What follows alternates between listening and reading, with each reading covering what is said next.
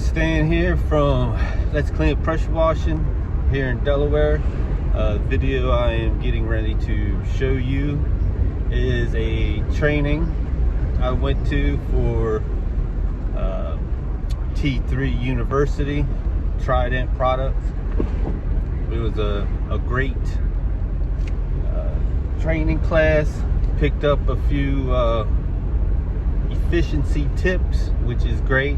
You know, that's what's great going to these training classes, because you have like-minded people and they're there to help you out and succeed. Also kind of lend an eye to other students that were there that have never sealed pavers. You know, there's like 2 trainers and then 1 contractor there that was actually in control of the job and trying to put down the right amount of flood coat, the right amount of top dressing for the second coat.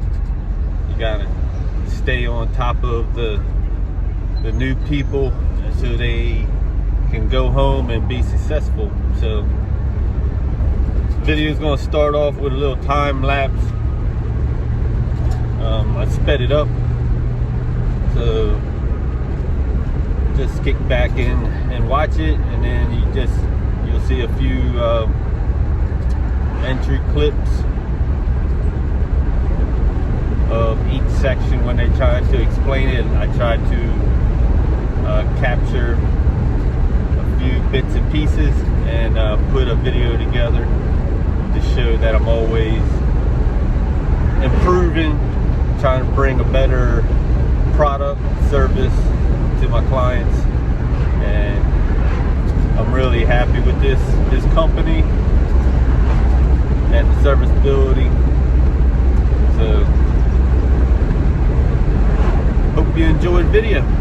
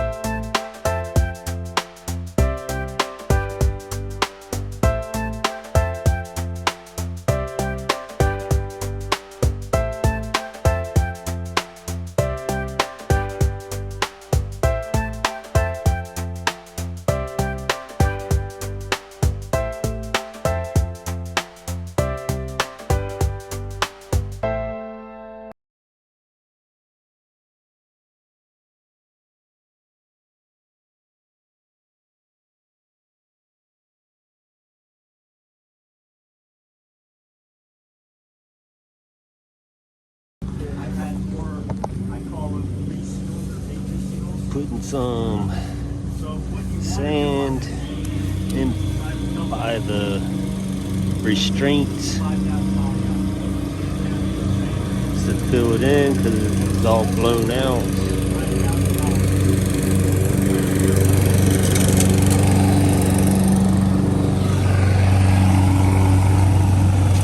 I'll make this look wonderful out here at this golf course.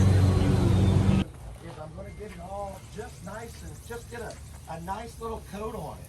This also helps when you come to do about your 2nd, 3rd, maybe 4th coat of water. This helps keep the sand in place, so you're not blowing it out. Will you be able to get a pressure washer and an M5 twist so I can do some wet sanding? So I'm just wetting this in a little bit. Spray at the end of it. I actually like the one that has a fan spray and has a wand. You can get them at Lowe's and Home Depot, and they have the head that kind of moves back and forth for like water and stuff, but then you can change the nozzles, because then I can take it, put it on here, turn it upside down so it's down by the pavers and shoots out this way, and then you can go like this and it's got that flat spray that's running out. And what we're doing is, because the sand is at the height that it's supposed to be at, it's running all those fines over and dropping them down into the joints. And that's what gets rid of the polymeric haze. Kind of like a water edge Right. squeegee. So do you have to use a garden hose for what? This is hands-on training here at the Trident class. Nice little turnout. There's the guru right there, taking a few pictures. Just sitting here doing some wet sanding. Put a little bit of water. This is the process I like to do. We want to use the least amount of water possible or the least puddling possible. This is why it's hands-on.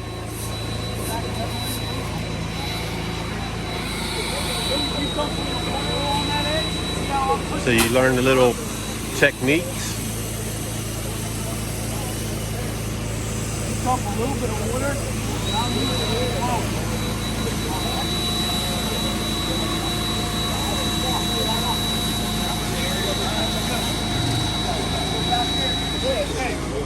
Awesome class. As you saw them with the water, doing a little bit of wet sanding in. Got a little high spot right there, but after lunch we'll come back out with a broom, address some of the joints, and then we will start sealing. Everybody's standing in the shade, even though it's a beautiful day, probably about 70 degrees and low humidity. Beautiful day. All right, back from lunch. Just doing a little prep work, checking joints, feeling joints, getting ready to spray.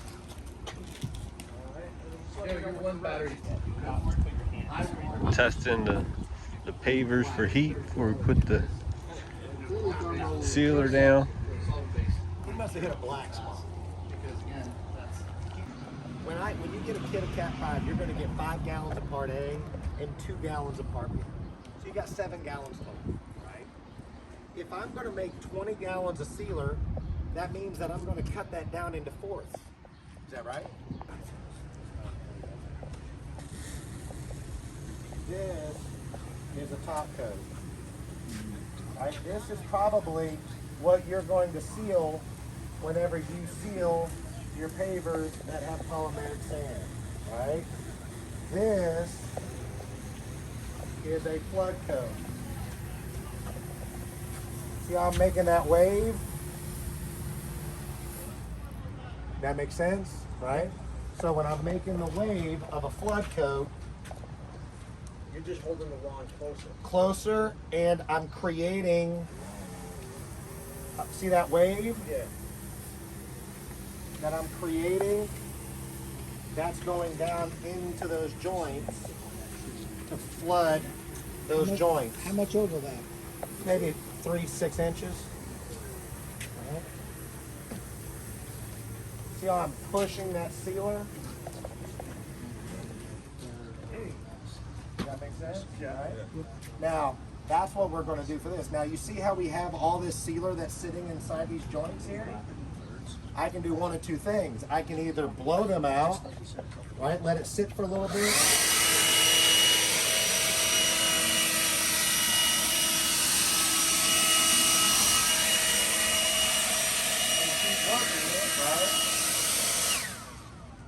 And you got to stay on top of it, because if you don't, what'll happen is they'll sit down inside that joint with the big puddles right there, and it'll get super shiny in those low areas. So we're going to look like a big mess out here, but we're going to have to keep working this with a broom and keep working it. So I like using a broom. There's one over there. Yeah. Somebody want to. Somebody can grab a broom that's there. Wet the broom. Right. Yeah, the So red just one, a and touch. just wet it and then get off. One quick warning, if you do choose to use a blower, that's fine. But if that's your house wall along that edge and you have glass sliding doors, might not be the best of ideas.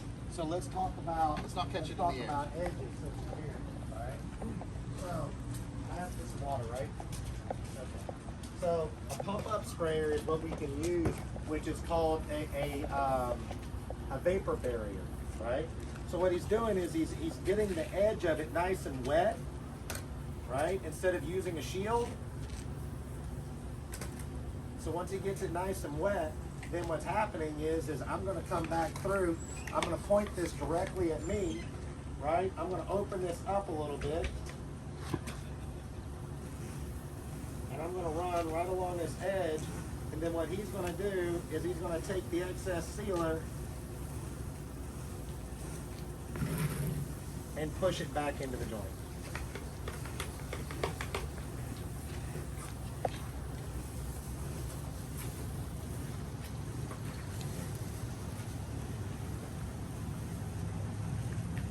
Again with the plug point, right? Right. First goes plug point, right?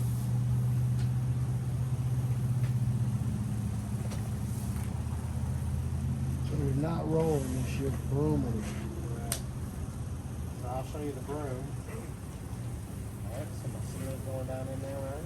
Jimmy, blow this off, you're gonna show the broom. I'm gonna show the broom. Okay. It's wet, right? Yeah, that broom is wet. Yep.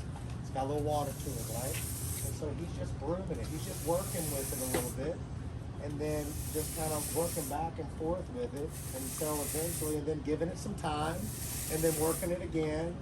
And you only have to do that on textured pavers. You don't have to do that on pillow top, but just on textured pavers. Just to explain, pillow top is what this border is, that second row from the edge. Not the textured. The that border. Stuff that's, Right.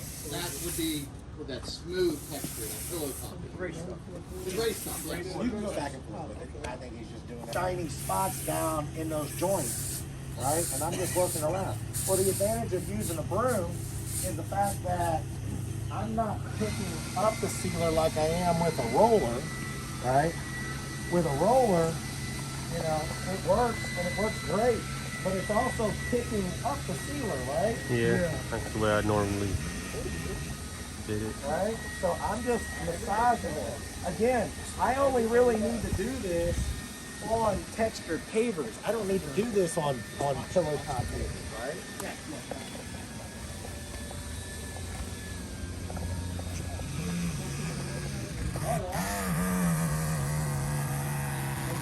Until it starts getting hot. And I'm just working. Yeah, and I'm just throw that extra down into the joint.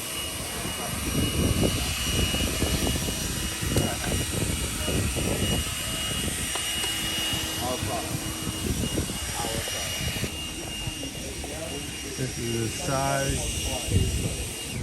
Did over here. This is Cat 5. This is actually, when it dries, is what it is going to look like. This is a D2. I mean, the number one thing that people try to do. This is going to be a semi. I'm a big believer gloss. of putting sealer down. But that's what you're going to look Put it down. at. Not This. because we sell sealer, right? But because at the end of the day, it's all water. Like this.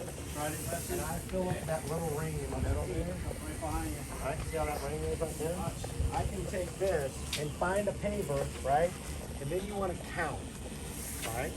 So when I pour this on, what I'm looking for is to see when the bulb disappears, right? And pour it on. 1, 2, 3, 4, 5, 6, 7, 8, 9, 10, 11, 12, and 12. Right? So see, I still have water that's sitting right up on the top of here. So that means that it's above 15 seconds. If it's above 15 seconds, if it's above 30 seconds, you're going to get the right square footage. If it's 15 seconds to 30 seconds, you might need to use 25% more sealer. If it's anywhere from 10 or from 0 to 15, Don't feel like you gotta get a bunch of pressure on A it. lot of commotion going on, a lot of now how do you battle that, information right? I don't being want to use it. talked about. Got the roller method, and the broom. And you'll see we're going to do some testing when we get done with this. But once we get done with it, you'll be able to see that what I do is I give it more time between my first coat and the second coat so that that first Goes coat over there to get a builds flood up a coat. nice little layer, so when I put my second coat it doesn't soak down into it and I'll get a little bit better shingle shine out of it.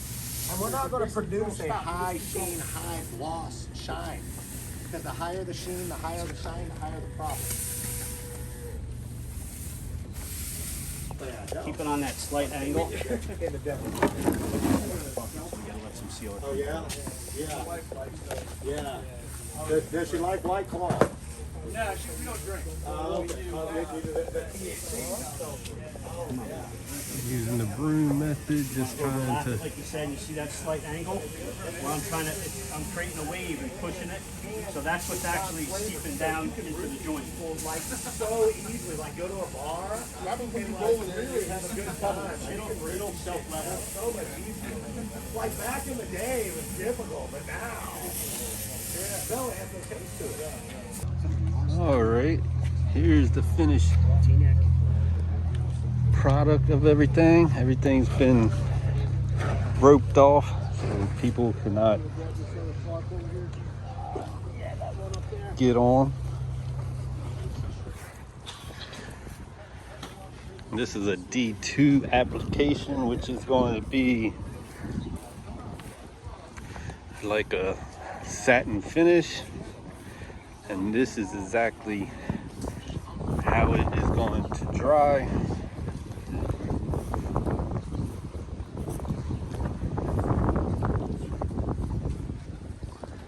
It's going to deepen your colors and bring them out.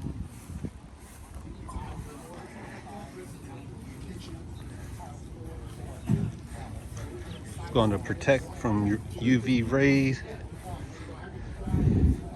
protect your investment that you put so much money in.